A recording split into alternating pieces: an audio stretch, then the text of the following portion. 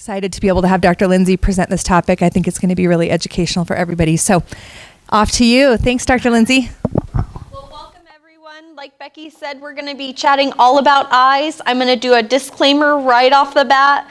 There are a lot of pictures of eyeballs coming your way, so I hope you're ready. None are too graphic or anything like that, and I'll kind of be describing changes and things for each of the conditions. I tried to touch on a variety of the most common things that I see day to day in practice and the questions that I get from owners. And really what I want you to feel at the end of this presentation is empowered to know, okay, you know, I'm noticing this change in my pet and I know how to react. And most of that is you're going to come and see me, but we're going to talk through some of those things. So like Becky said, if I can turn it on the side. Sorry. Okay, I was like, I'm having struggles. Okay. All right, so my name's Dr. Lindsay Wright. I'm the medical director for the Animal Care Center in Animal Care Center Airport. I'm a Purdue grad, so I'm a Boilermaker, very proud. I pretty much bleed black and gold. This is my guy Gibson, so he's a 10-and-a-half-year-old shepherd mix. And then this is just me and my husband on one of our recent trips. We went and saw some old Army buddies that live out in New York City, so just us kind of hanging out in Central Park. Just to know a little bit about me, when I'm not practicing veterinary medicine, I love to be outside. I do a lot of running and hiking and things like that. Or right now, you can probably find me in my garden, finishing up with all the produce and things from the year. The girls have really been enjoying a plethora of zucchini bread recently. So we're going to be chatting today all about eyes, because eyes are really scary. You know, things can go from being fine to not fine very quickly, particularly with certain eye conditions. And these changes tend to be very dramatic. You know, you have that dog that is rubbing and scratching at his face or running his whole face along the carpet, and that eye is so red and irritated looking. So we're going to talk through some common conditions, but the first thing I did want to chat a little bit about is eye anatomy. So I'm going to be pointing out a few things on this picture diagram, just so that way when you can kind of think of these structures as we go through the different conditions. So when we're talking about the eye, we really split the eye into two sections. We have the front section of the eye, which is the anterior chamber. So that's going to be this front portion of the eye, which includes the cornea, or that clear portion of the eye that sits in the very front of the eye. We're going to have an area of fluid called the aqueous humor. And then we're actually going to have the iris, which is the colored portion of the eye. So that's what makes our eyes the pretty blues, greens, hazels, things like that. And then in the very center of the eye, you actually have what's called the lens. And that portion of the eye is what focuses the light and then directs it to the back of the eye. So that way we get those nice, pretty pictures of what we see day to day. In the back of the eye, we have another chamber of fluid, which is called the vitreous chamber, and then at the very back, the retina. And that's the part of the eye that takes that light that we see and turns it into the pictures and colors and things that we see day to day. On the outside of the eye, dogs and cats are really unique. So people have two eyelids. We have an upper and a lower eyelid. Dogs and cats have three eyelids. So they have the upper, the lower, and then what's called a third eyelid.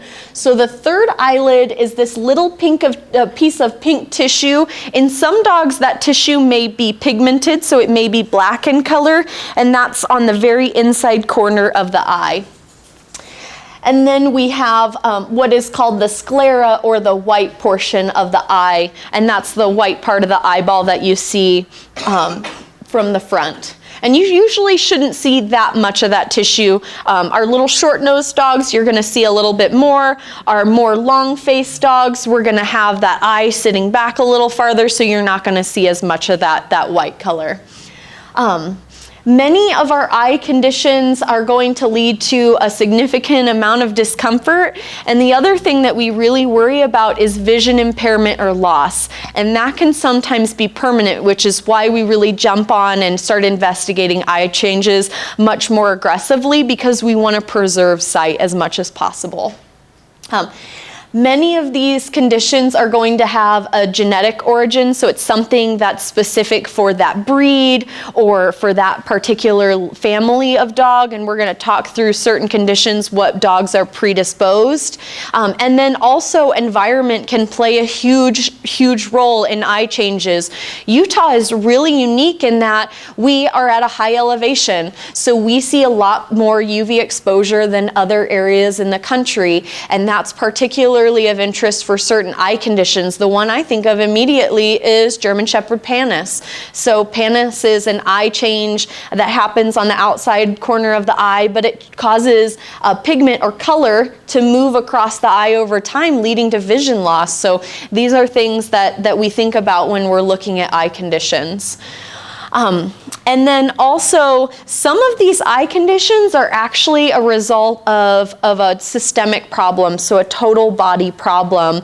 A lot of ophthalmologists, and I kind of joke a little bit, my vet school roommate is an ophthalmologist, Bree, hi, if you ever see this.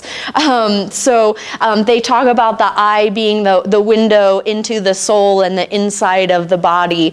And it's really true, because many times we will see a systemic issue that the only thing that we can actually see with the dog is happening in the eye. One example that I have is I had a dog that ate rat poison.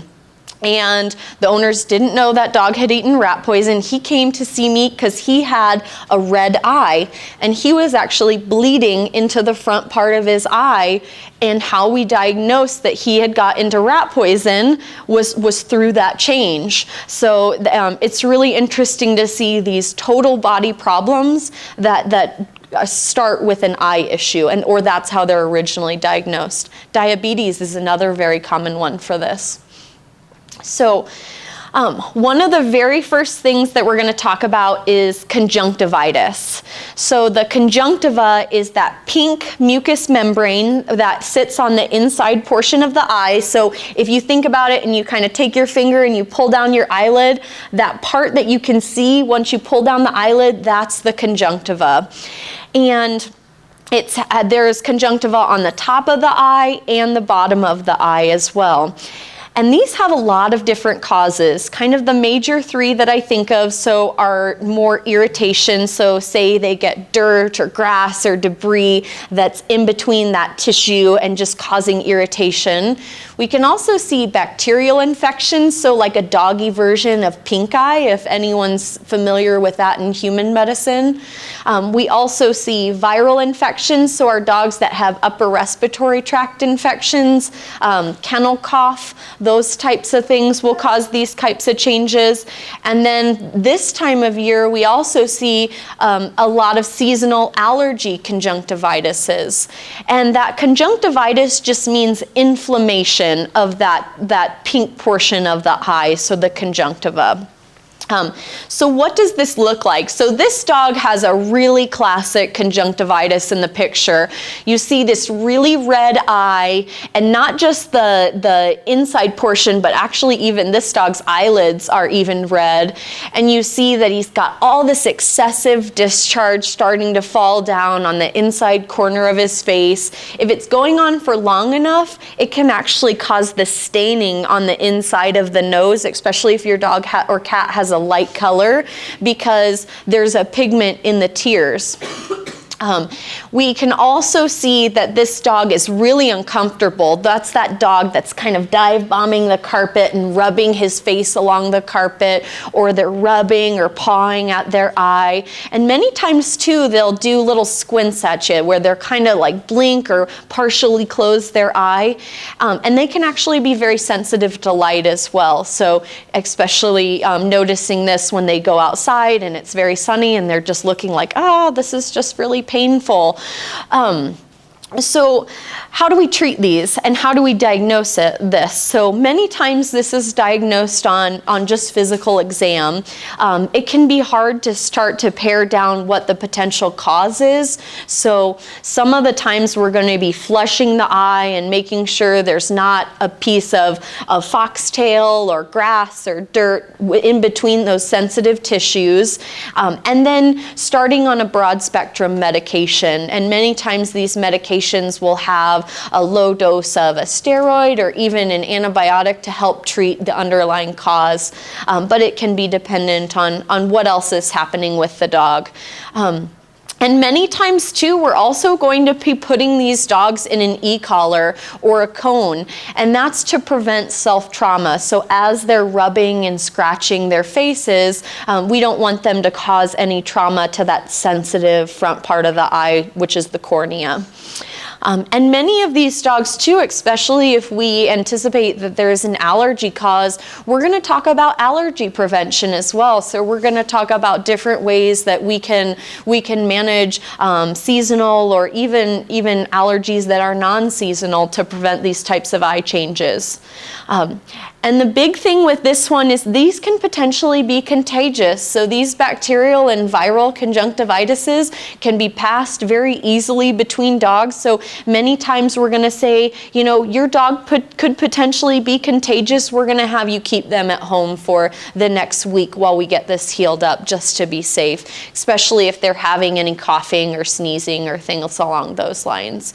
But this is a very common problem. Particularly, we see a lot of the seasonal allergic conjunctivitis in Utah. The worst times of year, kind of this fall when all the trees are starting to lose their leaves, and then in the spring when everything starts to bloom and go crazy again. Any question about conjunctivitises? These are pretty drastic and they can look really angry really fast. Okay. All right, we'll keep on going. So this is a really interesting one, and this is actually one that's really common in humans as well. So has anyone had corrective eye surgery, human-wise? Do you guys have dry eye? Or have you ever had a little bit of dry eye after your? So I noticed that as well. So this is something that we commonly see in humans, but is also very common in dogs. So conjunctivitis, dry eye or keratoconjunctivitis sicca is when the dog does not make the normal amount of tears. And tears are really interesting because the dog has 3 different places that it makes tears from. So there are different what are called lacrimal glands which produce tears. And with these lacrimal glands, they actually make 3 different components to tears. So we see a mucus component, an oil component, and then what's called an aqueous or water-like component to the tear. And depending on what the dog is not producing, kind of changes how their dry eye looks. But all of these can cause dry eye if one of those glands is not producing right. So tears are very important for the health of the eye. As the dog produces tears, it helps to rinse off the top surface of the cornea, and it removes bacteria and debris from the cornea, and it also brings a lot of nourishment to the cornea itself. So when we're not making enough tears, that front part of the cornea can begin to get very dry and be very uncomfortable. And these dogs have very drastic appearances that are very classic.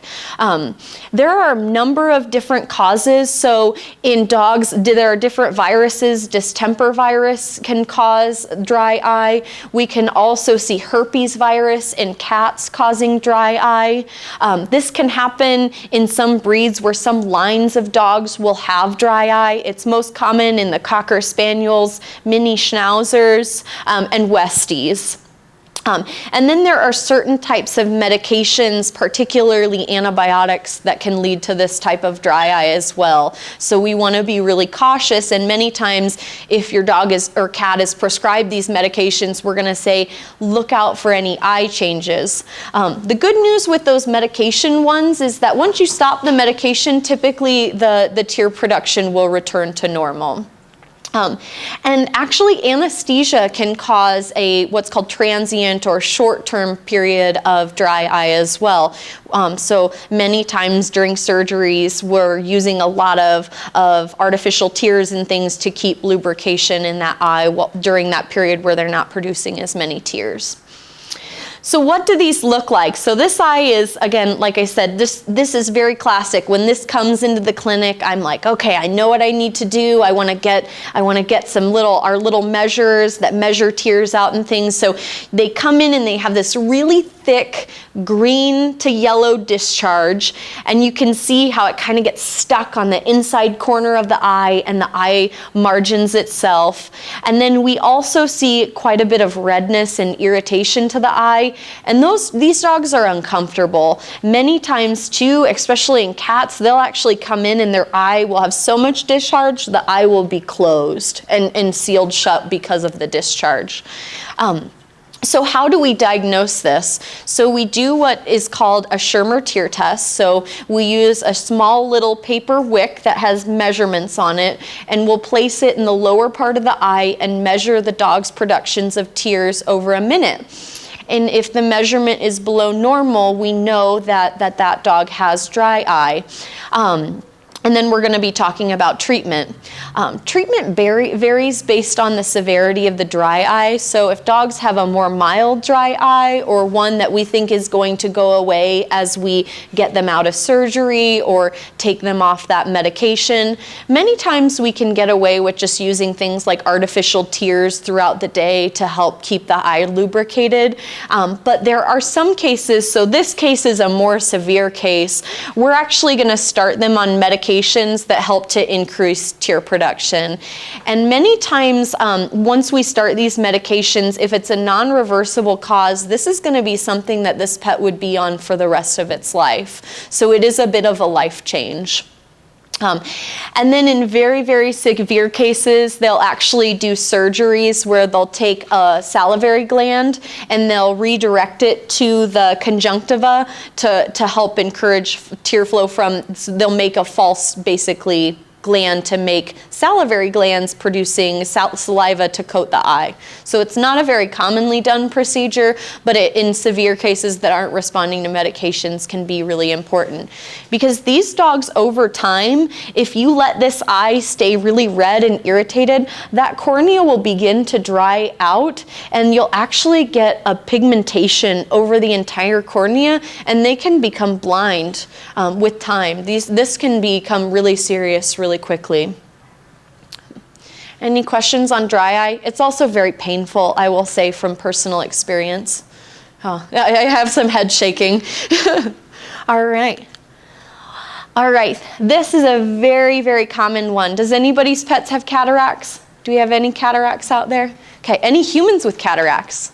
Yeah, a few humans with cataracts. So again, a lot of these conditions that you're gonna see, we do see some crossover from human medicine where there are some similarities, but there are a few things that are different.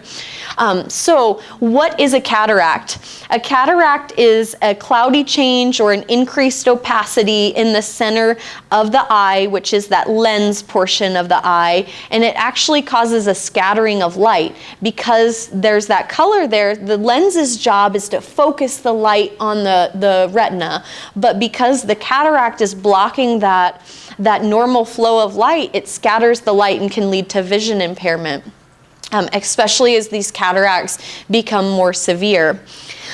Initially, these start as a small area and then progress with time. How quickly these cataracts progress varies on what's causing the cataract.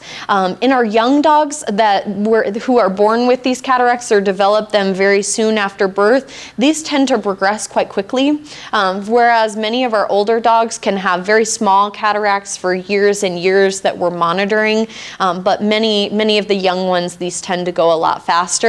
The same with, I've had some cataracts that are traumatic. So I had a dog that was doing a vehicle search and he alerted on an odor and he hit his head on the bottom of a truck and he hit his eye, and he actually got a traumatic cataract in that eye because he hit it so hard, and that popped up very fast. And it was one of those where, it wasn't there and then it was there very shortly.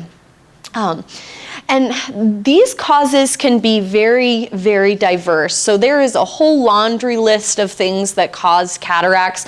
I kind of went over the most common. So hereditary, this is something that this pet has developed from birth, and there's not a lot that we can do to prevent these types of cataracts. Injury to the eye, and that injury doesn't necessarily have to be to the lens itself. It can be to different portions of the eye and cause enough inflammation that then we get a cataract.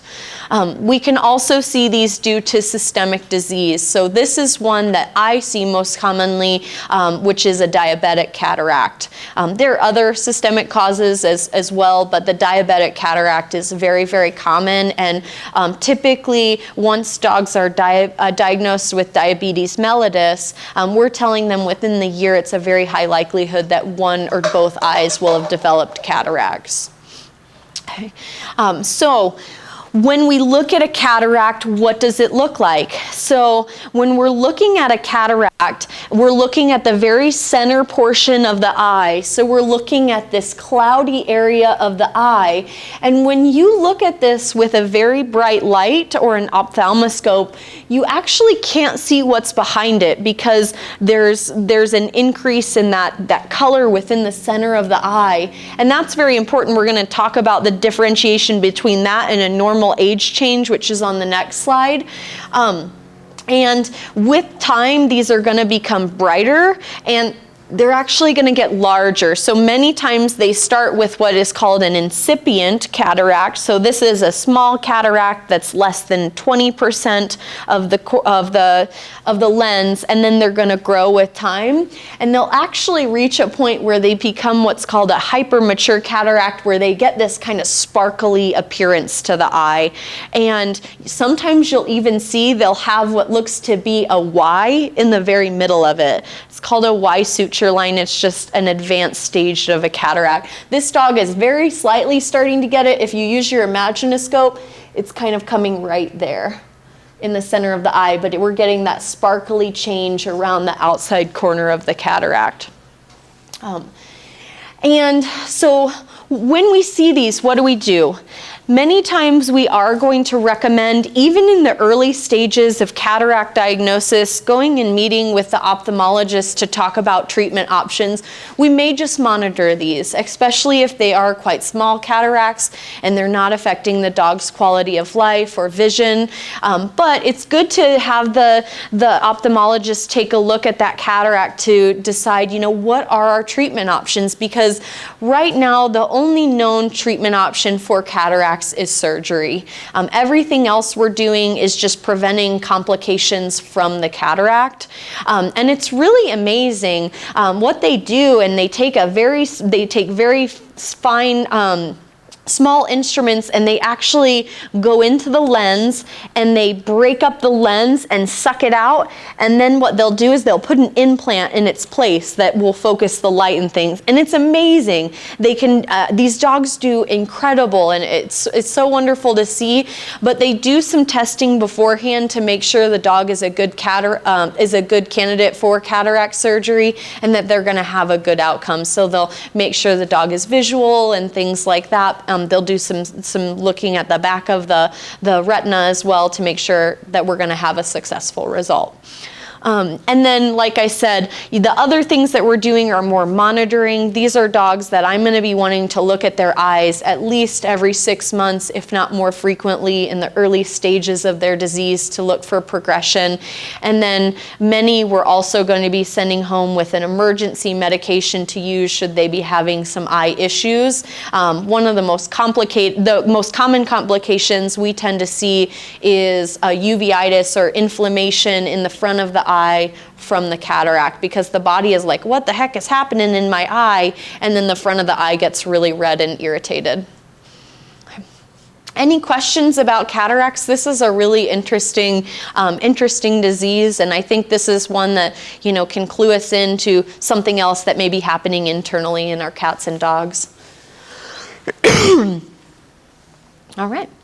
All right, so this is the one that kind of tricks people, and this is a question that I get quite frequently, is owners are concerned that their pet is getting some cloudiness to their eye, and they're very concerned that this is a cataract. But in our dogs, as they get older, they can get a normal age-related change to the lens. And who has a dog or a cat that is over 7? A lot of people. Okay, any of your dogs could have these, or cats could have these changes at any given time. So we see these pretty regularly. I tend to notice it most in Gibson, particularly at night. Like if a bright light will come by, I'll be like, oh wow, there it is. And then I notice it less during certain parts of the day. And a lot of that has to do with just how wide his pupil is. So when we're in a dark environment, that pupil's more open, and then when I see that bright light really quickly, I can actually see the whole lens. So I think that's why we notice, and a lot of owners will be like, I don't notice it all the time, but I notice it more during certain periods of time. And this is a really interesting change, because this actually happens in humans as well. So throughout our entire lives, our body is always making what are called lens fibers. So they are these circular rings that make up the lens, and we never stop making them. So over time, these rings slowly get packed down, and then you get this change. So when you look at this dog, you see in the very center of the eye, we see this little bit of a cloudy spot. But the important differentiation is when I take a bright light and I look through that lens, I can still see the retina, or the what's called tapedal response, which is that shiny kind of mixed color pattern in the back. That's the big differentiation. And we're always checking these sclerosis areas because we can have little cataracts that can hang out in certain parts of them. So this is one that even if your dog we know has sclerosis, we're still checking regularly to make sure there's not a cataract hiding out within that area. These do not cause blindness, but as that sclerosis gets more and more prominent, we can see some issues, particularly with depth perception, and then that near vision. So you'll see a lot of those dogs, they'll go to get a treat and they'll kind of miss or something like that, and they'll just be off a little bit. So they can still see, it's just that ability to fine tune is a little bit more of a struggle. These don't require any treatment. We just monitor them and look for cataracts. Okay, this is a really common one, and I would say probably the majority of those senior pets do have this, but they can also have other things that are disease. Okay. All right. This is a really interesting one, and this is actually a case that we actually just did surgery on. So this is what is called C.A.R.E eye. So C.A.R.E eye is a proptosis of the third eyelid. So that means that third eyelid, so that inside corner of the eye is popping out of position. And this dog has a really cute story. This is one of our longtime clients. They have had hounds forever.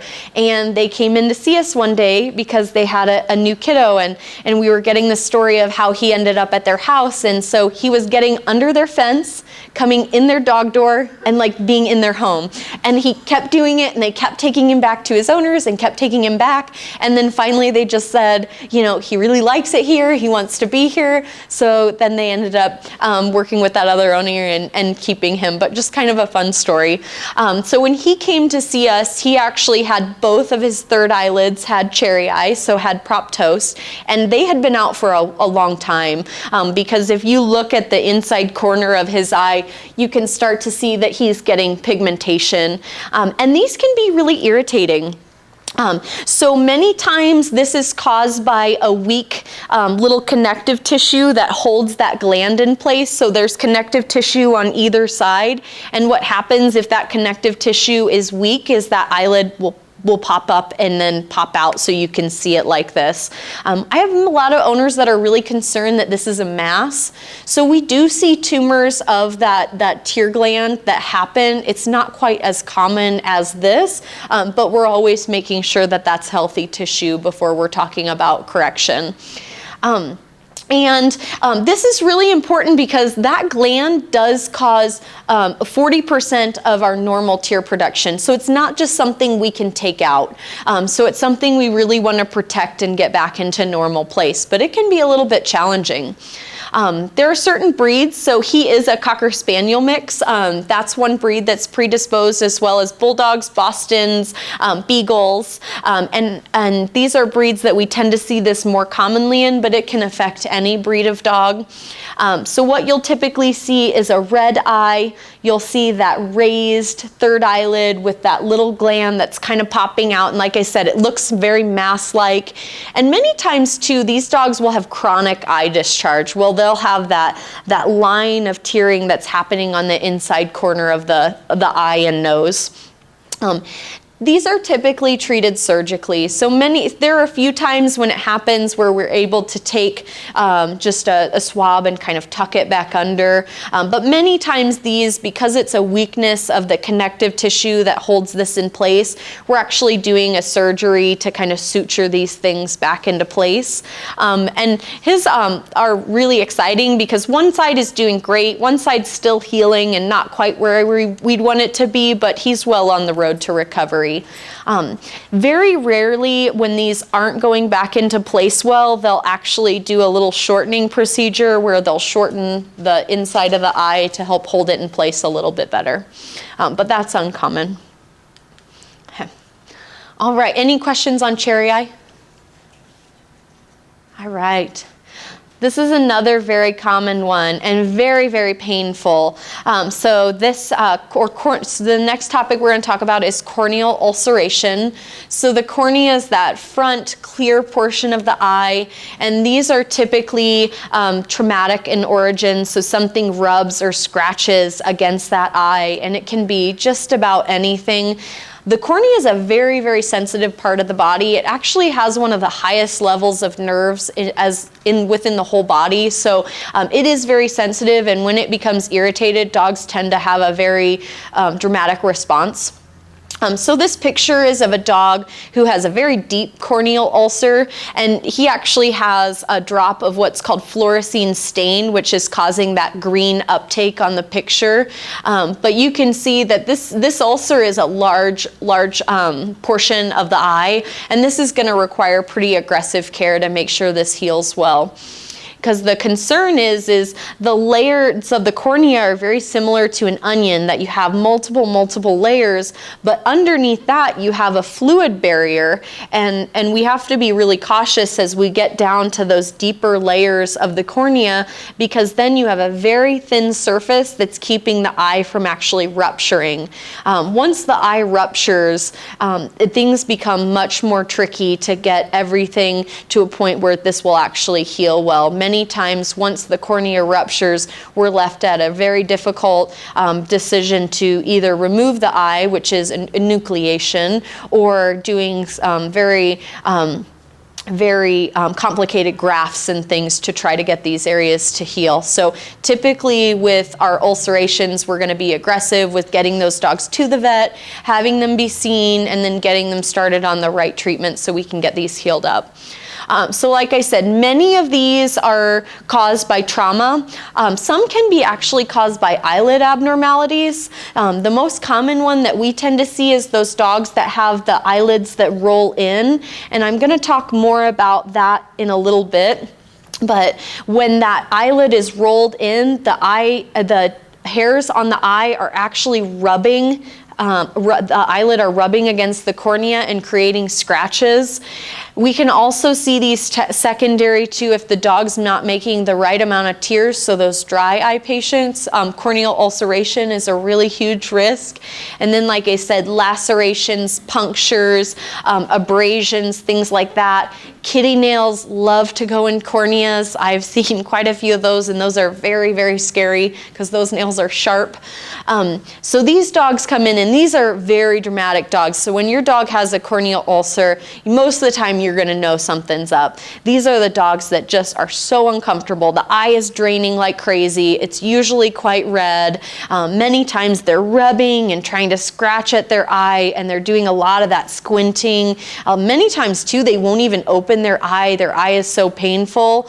Or that third eyelid has come up and is covering a big portion of the eye. I tend to notice that quite a bit in my kitties that have eye pain, because cats are the toughest critters I know, and they really, when they tell us they hurt, they really hurt. So how do we diagnose this? So we're diagnosing this with an eye exam and then using the fluorescein stain. So that stain is picked up by the different layers of the cornea. It scares us a lot when we see the scratch, but we see no stain uptake because that means there's only one layer of the cornea left before we run into a really big problem. So how do we treat this? Typically, we're using a combination of medicated eye drops. I put these guys on really nice pain management because these hurt. They're really uncomfortable. And then we're using e-collars to prevent further damage, so them rubbing and scratching that already irritated area. And then in our more severe cases, we're actually going to be referring these dogs for surgical correction. And it's really nice. We have a lot of ophthalmologists within our area, and I'm going to give you some of their names and contact information at the end of the presentation. But many of these dogs we're actually referring for care sooner rather than later. They can do different procedures where they'll do debridement and then place a protective contact lens, or in very severe cases, they'll even do grafts over these corneal ulcers where they'll take some of the conjunctiva and make a small graft to allow this area time to heal. But these were going to be very aggressive. Typically, though, they heal quite quickly. Usually these are better in 5 to 7 days as long as there's no complications. Okay. Any questions on ulcers? Okay. Oops, I got a pointer. All right, so glaucoma. This is one that's seen commonly, particularly in certain breeds. Another very painful eye condition. This beagle has a very classic presentation for glaucoma. And we'll kind of go through what glaucoma can look like. But what is glaucoma? So glaucoma is an increased pressure within the eye, particularly that front portion of the eye.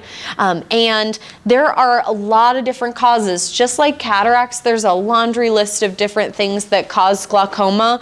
The most common types are primary or secondary. So primary, these are genetic causes. These are dogs that have a genetic predisposition. And there are certain breeds like the Arctic breeds, Chow Chows. The Shih Tzu is a very common one, as well as the Jack Russell and Cocker Spaniel. So these dogs tend to develop glaucoma as they age, and typically it starts in one eye and then you see the change in the other eye in a time frame, and that time frame can vary. It can be quickly or it can be years apart, just depending on the dog. We can also see them secondary to other eye diseases like cataracts, dogs and cats that have a retinal detachment. Kitties like to do this when they get high blood pressure. And then even inflammation in the front part of the eye can cause these types of things. And then there are different eye cancers that can lead to glaucoma as well. So many times glaucoma, especially in the primary cases, is caused by a change in the angle of the eye, which is called the iridocorneal angle. So this area helps fluid drain between the different chambers of the eye to keep the pressures normal, but it'll either become clogged or closed down, and then that fluid can't drain normally, so it tends to build up. And what you'll see is progressively that eye is going to get more red, more irritated, and then the later stages can actually get quite swollen. So if you look at this dog's eye, so you see this really red, and it's not just the cornea, but it's actually the white part of the eye, which is called the sclera. They've cleaned his face. He has a little bit of tearing, but there's tearing as well. And when you look at his eyes, you can actually see that this eye is larger than the opposite eye. So this is an advanced case of glaucoma. And this, if I see an eye like this, I'm very worried about vision, because as that pressure builds up within the eye, it puts pressure on that very sensitive retina and can lead to vision loss within a span of a few hours to days, depending on how high the pressure is. So when we see these dogs with big swollen eyes, I want to get that pressure down ASAP to try to preserve vision. And sometimes we're too late. So how do we diagnose this? So, and we use very similar tests to human medicine. So if anyone's went into the eye doctor and got the little poof of air that hits their eye. So we're going to use something quite similar. We use what's called a tonovet. So it's a small little bulb. And what we do is we numb the eye with just a numbing drop. And then we take this little bulb and it gently presses on the front of the eye and gets the pressure of the eye. And when the pressure is elevated, that's when we say, oh no, now we have to act. Immediate treatment is very, very important. And these dogs I typically have come in for frequent rechecks at the very beginning of their disease, because I want to make sure we're getting a nice reduction in pressure within the next day or two of diagnosis. And then usually we're using topical eye drops. In severe cases, we may use more than one eye drop. And the goal is to help to decrease that production of fluid within the inside of the eye. Some of these dogs will even be placed on systemic medications. So dogs that have very high pressures are actually going to be placed on an IV with mannitol to try to bring down that fluid production, so that way we can get these pressures down. And then in more severe cases, we're actually going to be even considering different types of surgeries. So the ophthalmologists have some options of opening up that angle to help with drainage. In cases where the eye has been chronically affected and there's no vision, some of these dogs are candidates for enucleation because the eye is so painful and because it's non-visual. So many of these dogs, so this dog, and I don't know 100%, but seeing if this eye has been like this for a while, we would be talking about, what is the long-term health of that eye, and talking about potentially enucleation. Okay. And this is one too, if your dog is diagnosed with the primary type of glaucoma, we're going to be doing very frequent monitoring, just because the other eye is at very high risk. Mm-hmm. Is there questions? Will you just touch on what enucleation means one more time? Oh, yeah. Okay, so an enucleation is a removal of the eye. So what we're doing is we're surgically removing the eye because the eye is no longer functional and very painful. And there's different ways to do this. They actually have implants that you can place that look like a globe, so that way it looks like the eye is closed. Many times we just close the eyelid margins so that way it looks like the eye is closed. And really, especially in our dogs that have curly coats, like our little cutie that's sitting kind of in the back, you would barely be able to see that eye is not there until you really look closely, because they have fur and things that cover the area. Okay. Any questions about glaucoma? Okay. All right. So this is another really common one. Who's got a smushy? We got some smushy owners in here, short-nosed dogs. Okay, we got 1, 2, yeah, we got a few. Anybody that's got a hound? Any hounds? Okay, all right. So these are conditions that we think of particularly for certain breeds. So the two most common eyelid disorders are what are called entropion or ectropion. So entropion is when the eyelid margin rolls in, and ectropion is when the eyelid margin droops or kind of rolls out. These are typically we think of certain breeds. So for my entropion, I'm really worried about a lot of my short-nosed breeds, just purely because they have the nasal folds of skin that can push that eyelid margin in, like my bulldogs. I mean, this is one I think of pretty classically for them, Shar-Peis as well. But these can be really, really scary because you can see as I trip and fall, you can see So this dog on the top picture has entropion, and the arrow that's off to the right is actually pointing at hair that's rubbing against the cornea. And then the corneal ulcer is the arrow that's on the left, kind of pointing down. You see that kind of whiteness appearance to the cornea. So over time, that hair just rubs and rubs and will slowly wear an erosion away into that cornea. And these dogs too, if it rubs for long enough, they can create pigment changes and thickening of that cornea as well, and they can lose visual from that direction as well. So these are typically treated surgically. So what we do is we remove the excess amount of skin and actually roll that eyelid out. And then many of these dogs we'll actually see that their eyes then are perfectly normal. This in puppies can be a little bit challenging because puppies grow and they change quite a bit.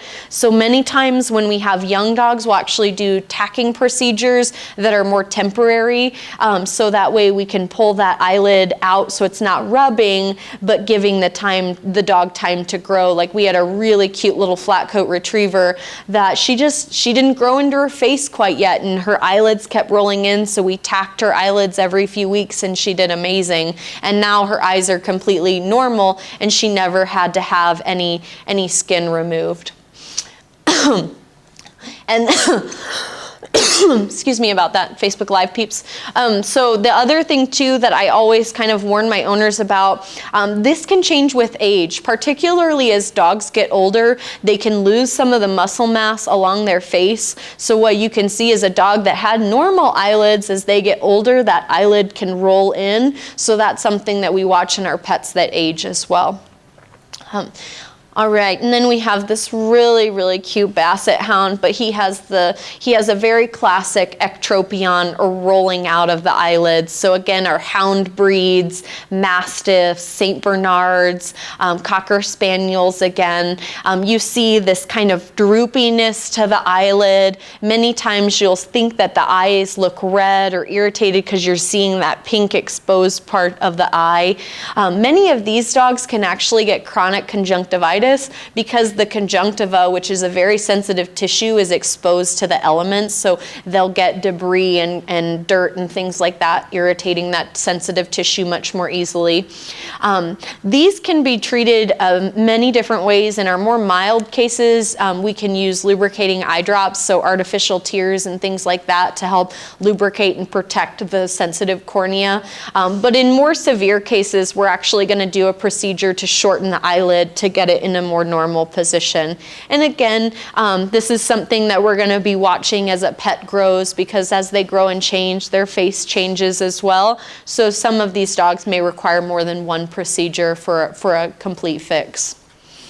Okay. Any questions about entropion or ectropion? Pretty common. All right. So this is one that's not quite as common in some breeds, but in certain breeds we worry quite a bit about. The reason I did want to chat about this a lot is it's really common in a lot of our herding breeds, and in Utah particularly, I tend to see these breeds a little bit more than other areas that I've practiced. So this is a disease that affects the retina, so it's called progressive retinal atrophy, or PRA, and this is one that's very important because this is a genetic disease. And the good news is that we actually have some genetic screening tests that we can use to screen our breeding animals for this condition. But this one's a really sad disease in that what this causes is a degeneration or a breakdown of that light sensitive area of the back of the eye, which is the retina, over time, and it will ultimately lead to blindness. It does typically happen more slowly, and so it gives the dogs times to react and to adjust to seeing less and less over time. Typically what we see is that the rod portion of the retina degenerates or dies first, so you'll see some changes in night vision and things, and then we start to lose the cones, where you start to lose that day vision as well. And like I said, it's an inherited disease. It can affect any age of dogs, young and old. And the hard part is when you're looking at this eyeball, just looking at it from the outside, it looks completely normal. It's not until you start looking closer at this retina, and this retina is a very abnormal retina. So the back of the retina is really interesting. So you have the optic nerve, which is this little disc in the very center, and then you see these big retinal vessels that come to it. They kind of look like spider webs. And then you see what's called the tapetum, which is that really shiny surface. So this, when you look at it, is very dull compared to a normal retina and a normal tapetum. And the other thing that you'll also see is that these blood vessels get smaller and they do what's called atrophy with time. So this can take a little bit finer tuning, and you actually have to use a specific magnifying lens to really look at this portion of the eye and get this picture. So how do we diagnose this? So we diagnose this with eye exam, and then they actually do an electroretinogram. So they look at the retina and they see whether or not these rods and cones are beginning to degenerate and die.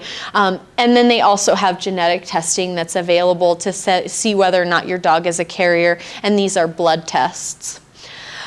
Unfortunately, no treatment is currently available. We help these dogs to adjust as best we can. Many times we're keeping them in familiar environments. We're giving them anti-anxiety medications if their blindness is causing them distress. And they actually have some really cool harnesses that are called halo harnesses that you can put on the dog. And basically it's a harness that they wear, but it has a loop that goes in front of their face. So as they're walking, it's a barrier, and when they bump something, they're bumping it with the harness and not their face. I had a dog that he lost both of his eyes to glaucoma, and his owner got him one of these, and he cruises. Like, he goes everywhere, anywhere and everywhere, and he runs like 60, like he goes so fast. He's this cute little Shih Tzu, and he's a wild thing.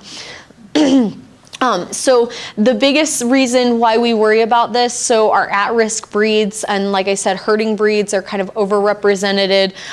If we're breeding these animals, we want to be doing genetic screening tests to find out if these dogs are carriers, and if your dog is a carrier, it's recommended to not breed them, because it just takes one gene from each parent to cause the disease. Okay. Any questions about PRA? It's kind of a sad one. Okay.